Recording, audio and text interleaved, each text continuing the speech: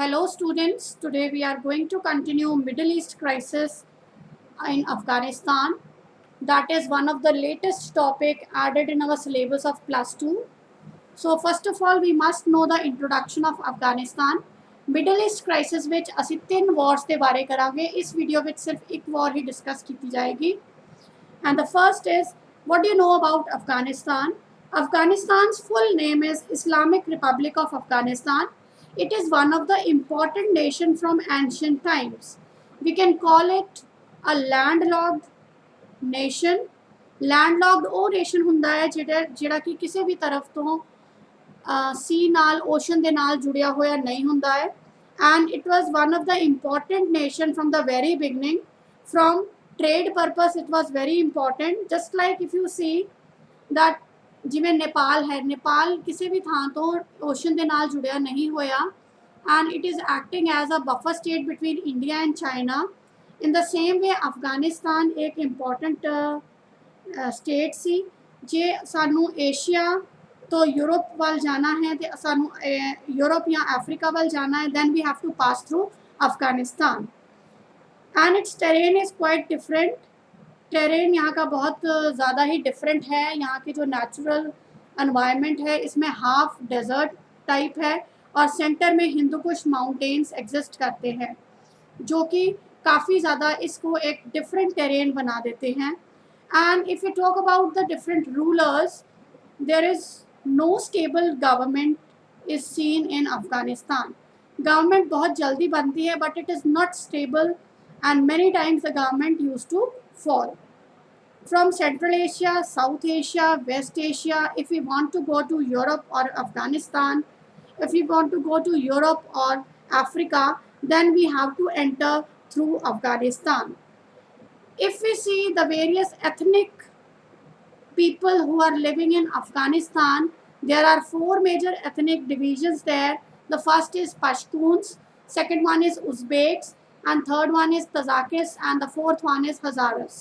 ये सारे ethnic divisions ने ਜਿਹੜੇ कि अफगानिस्तान ਵਿੱਚ पाए जाते हैं। And in 18th century Afghanistan was founded by Ahmad Shah Abdul. Ahmad Shah Abdul ने 18th century ਵਿੱਚ इसनों बनाया सी and in 19th century it was working as a buffer state.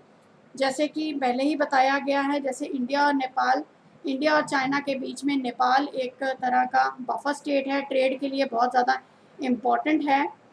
In the same way it works as a buffer state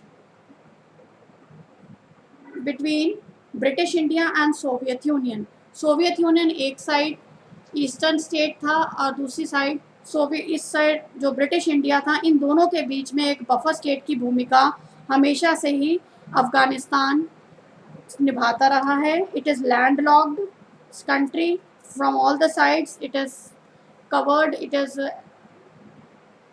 is having the borders connected with the land only, not even any a single sea. और 1893 में एक Durand line British India द्वारा बनाई गई थी, लेकिन आज की प्रेजेंट डेट में अफ़गानिस्तान के साथ हमारा इंडिया का जो बॉर्डर लगता है वो पाकिस्तानी ऑक्युपाइड कश्मीर है और उसका हमारे साथ कोई लेखा जोखा नहीं है, वो पाकिस्तान ने ऑक्युपाई कर लिया है।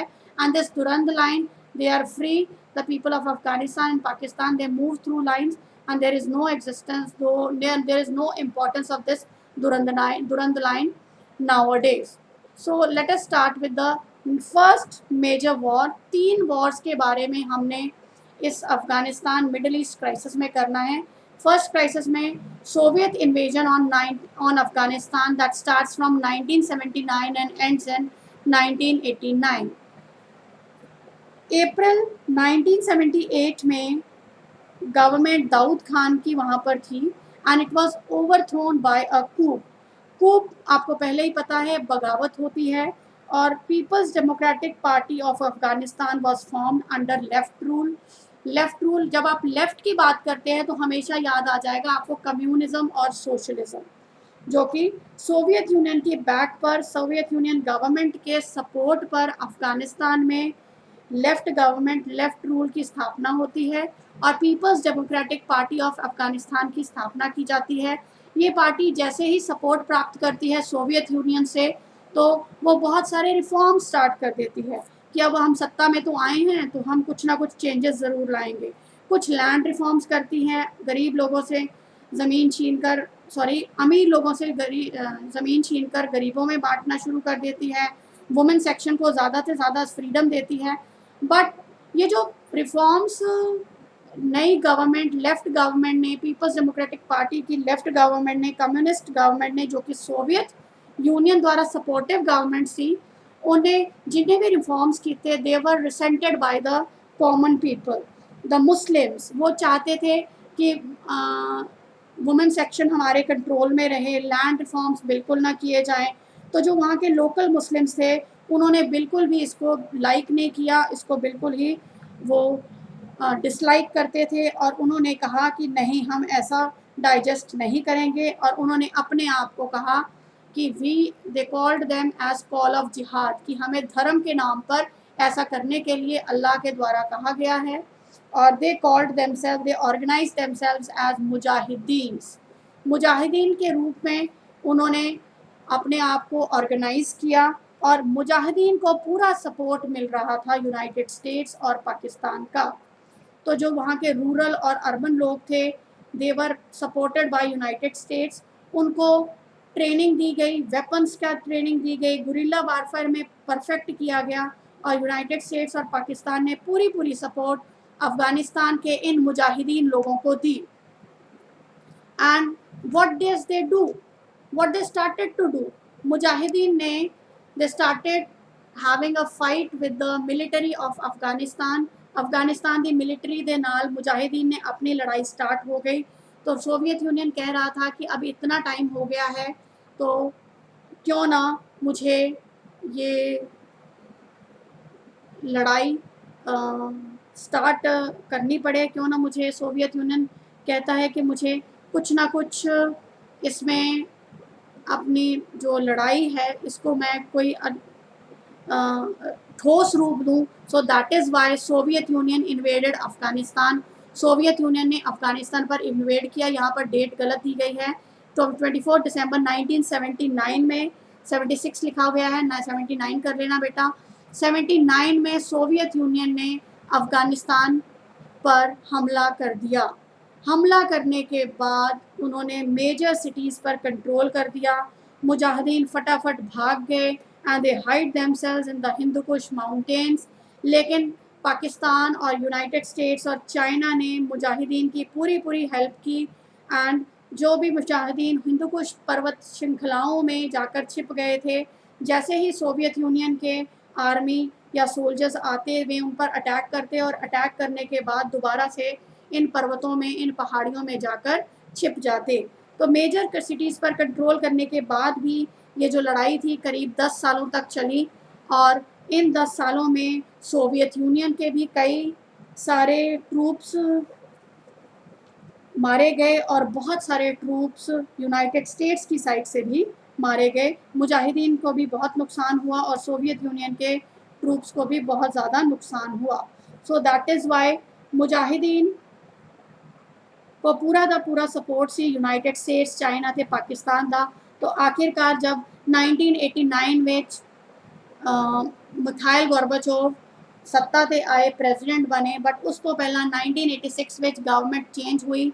सोवियत यूनियन दे सपोर्ट दे नाल एक नई गवर्नमेंट बनी, मोहम्मद नजीबुल्लाह दी लीडरशिप दे विच एक नवी गवर्नमेंट बनी that was supported, that was based on the leftist rule under the ideology of socialism and communism. तो इस नवी गवर्नमेंट दे आने तो बाद जो मिखाइल गोर्बाचोव सोवियत यूनियन के प्रेजिडेंट बने, उन्होंने अपने रिफॉर्म स्टार्ट किए। उन्होंने under this leadership he tried to normalise the situation कि 10 साल हो गए हैं, बहुत हैं, क्योंकि इस इतने लंबे युद्ध में 1 लाख से ज़्यादा ट्रूप्स हम भेज चुके हैं और इतने लंबे युद्ध में ना तो हमें फ़ायदा हो रहा है ना नुकसान। नुकसान तो जो हो रहा है वो हो ही रहा है, तो हमें कोई फ़ायदा नहीं हो रहा। तो मिखाइल गोर्बाचोव ने 1989 में ट्रूप्स को वापस भेज दिया। This was the first major invasion of on Afghanistan by Soviet Union. Afghanistan की पहली वॉर 1979 में 24 दिसंबर 1979 में ट्रूप्स भेजे गए सोवियत यूनियन द्वारा, और 1989 में मिखाइल गोर्बाचोव की लीडरशिप में ट्रूप्स वापस बुला लिए गए. This is all with the Afghanistan's first invasion that was done by Soviet Union. This is all. बाकी जो दोनों इन्वेजन है, अफगानिस्तान का सिविल वॉर है और ग्लोबल वॉर ऑन टेरर है, वो हम अफगान वॉर है, ये दोनों हम नेक्स्ट वीडियो में करेंगे. Thank you, have a nice day.